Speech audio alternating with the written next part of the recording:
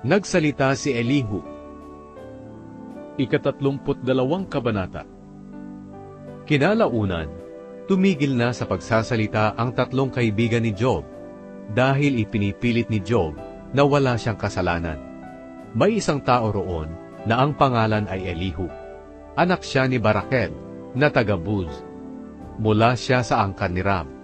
Nagalit siya kay Job dahil sinisisi nito ang Diyos sa halip na ang kanyang sarili. Nagalit din siya sa tatlong kaibigan ni Job dahil hindi nila napatunayang nagkasala si Job at lumalabas pa na ang Diyos ang may kasalanan. At dahil mas matanda sila kaysa kay Elihu, naghintay muna si Elihu na matapos silang magsalita bago siya nagsalita kay Job. Pero nang wala nang masabi ang tatlo, nagalit siya. Kaya sinabi niya, "Bata pa ako, at kayo'y matatanda na. Kaya nag-aatubili akong magsalita. Hindi ako nangahas na magsalita sa inyo tungkol sa nalalaman ko. Ang akala ko ay kayo ang dapat magturo dahil matatanda na kayo at maraming nalalaman. Pero ang totoo, ang Espiritu ng Diyos na makapangyarihan na nasa tao, ang siyang nagbibigay ng pangunawa.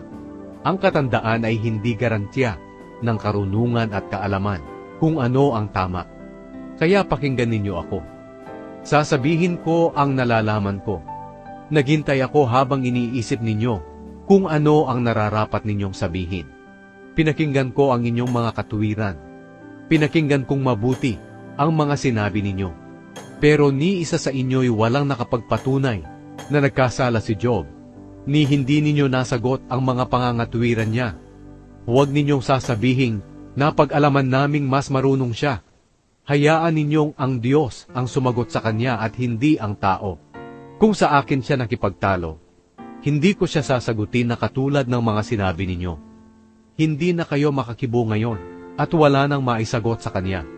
At ngayong wala na kayong maisagot, kailangan ko pa bang maghintay? Ako rin ay may sasabihin ayon sa nalalaman ko. Dahil marami akong gustong sabihin at hindi ko na talaga ito mapigilan. Para akong bagong sisidlang balat na punong-puno at malapit ng sumabog. Kinakailangan ko magsalita para gumaan ang pakiramdam ko. Wala akong kakampihan o pupurihin. Hindi ako marunong mambola. Kung gagawin ko ito, parusahan nawa ako ng aking manlilikha.